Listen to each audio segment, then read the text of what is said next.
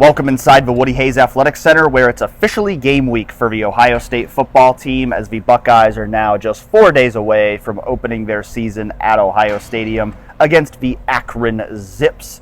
And we got some final answers really on Tuesday about what the depth chart is going to look like, or the starting lineup at least is going to look like for Ohio State in that first game of the season. No surprises really. Tegra Tshabola will be starting at right guard. Sonny Styles will be starting at will linebacker. Jeremiah Smith will be starting at wide receiver. And Devin Brown will be the backup quarterback. Yeah, no surprises. I think we expected all four of those outcomes. What I do think was interesting was to hear them talk a little bit about how they're going to rotate those positions. Jim Knowles specifically said that he considers C.J. Hicks a one, another first-string player, and that he'll rotate in fairly evenly, he expects, with Sonny Styles and Cody Simon, that you might see, packages, as we've discussed before, where it's Sonny and CJ on the field at Mike and Will together. So there's a lot of different things I think they're going to toy with at that linebacker spot. Ryan Day said they'll roll guards. I'm a little more, we'll see if that's actually the case come game day, because the offensive line is so,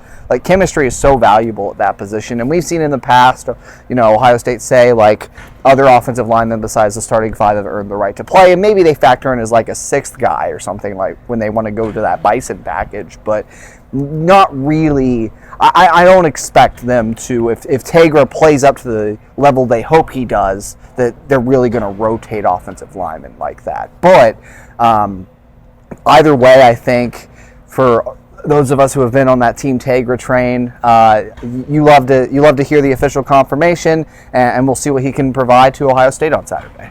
Yeah, and I'm a little bit, we'll see honestly if the linebackers, because we've heard about, all these linebackers are going to play, but in the past with Jim Knowles, it's typically been primarily those first two starters. We did see Cody Simon rotate a good amount the last year, and so could C.J. Hicks be in a similar role this year? I think that's certainly believable. I also think what the rotations are going to look like in week one against Akron might be different than what they look like in the sixth game of the year against Oregon. Ohio State's a 50-point favorite in this game, so Ohio State can afford to experiment a little bit. Ryan Day even said that he and Chip Kelly had conversations about whether they'd get Devin Brown in the game early just to get him some reps for the first-team offense. He did indicate that they ultimately decided they're not going to do that in the first game unless they have to for some reason, and so we do expect to see Will Howard take all the first-team reps until the game is in hand, and then Devin Brown will be the next man up, and then we'll see, does Julian Sayin get in there for some reps as well, perhaps even further down the depth chart? You would think, even though Ryan Day seems pretty firm in Devin Brown being the backup quarterback right now, you would think that they're going to try to get Julian Sayin at least in there as well. Yeah, and you mentioned Chip Kelly in that sequence there. I think another really interesting tidbit we got from today's press conference was Chip Kelly's going to be in the booth for Ohio State. And that's a move I really like when you talk about positioning this coaching staff, on the sideline, in the box. You want that schematic overseer. You want somebody like that in the box. If you're Ohio State up there in the booth, they kind of missed out on that element last year, I think.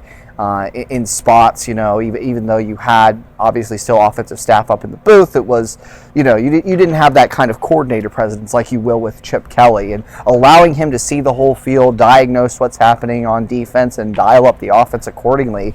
I just think it's a great alignment for what Ohio State staff should be doing this year, and figuring out exactly, who positioning play callers where they should be. Yeah, and I think it's easier to do that when you have Ryan Day as your head coach, because Ryan Day, while he's not going to be that lead offensive play caller this year, he's worked so closely for quarterbacks that, he can be that guy, he can help relay the message to the quarterbacks down on the field while Chip is up there in the booth. And obviously, the helmet communication helps with this now, too, because even though Chip's not going to be down there on the field, he's going to be in Will Howard's ear the whole game on offense, much like Jim Knowles is going to be in Cody Simon's ear on defense. And so I think that's going to make it easier for that to work. I know Chip Kelly had said at one point that he does like being on the sideline with his guys. He's used to that from being a head coach. But you have seen traditionally that it tends to work better when the coordinators are up high watching from above, because they do get that clear picture of the whole field. And I think to have both Chip Kelly and Jim Knowles up there with Ryan Day, being that on-field presence as the head coach. I think that's an arrangement that should work out well for the Buckeyes this season.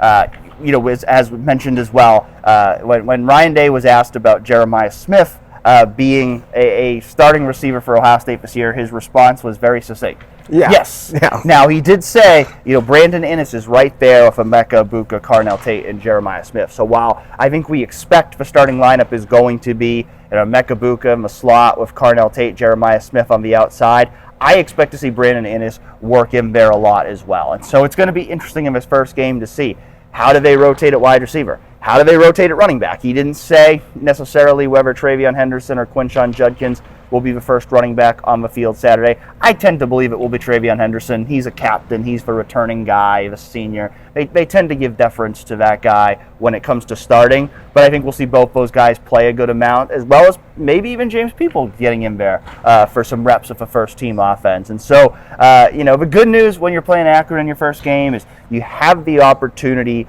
to do some experimentation. You don't necessarily have to have everything set in stone, yet Ohio State does seem to be going into this game with a good feel for what it has on both sides of the ball. I mean, you talk about offense and defense. There's no really starting competitions that are still kind of bleeding into the season here. Now, that doesn't necessarily guarantee that, just because Tegra Tshabola is starting this game, that he'll necessarily be the starting right guard all year. That's going to depend on how he performs. But they do seem to be going into this first game with a good feel of these are our best 11 on offense, and these are our best 11 on defense. Right, certainly a lot better than last year when you were going at this point and you didn't even know who your starting quarterback was officially. Obviously, McCord ended up starting the whole way, but that competition wasn't decided yet. He didn't take command of it. And I thought another interesting storyline from this, speaking of quarterbacks today, we talked to Will Howard, just how much command, or as he put it, say he has in the offensive play calling,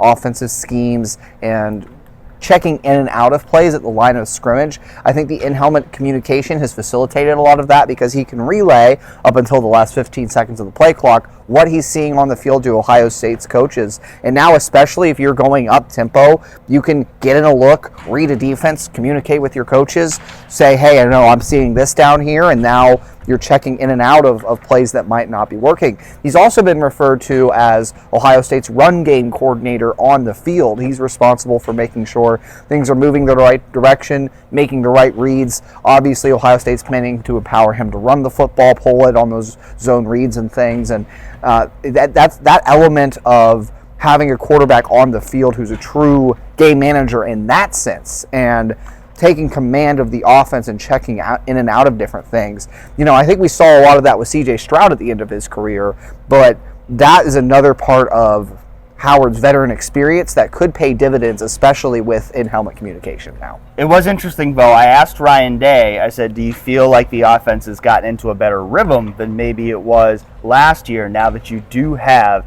a full-time starting quarterback? And he basically said, we'll see. He said, our expectation is up here. We expect to, have the best offense in the country. And right now, he said, we're not close to where we want to be. And so we'll get our first look at seeing where this team really is at. There's been so much hype. We're going to finally get to see him on the field on Saturday.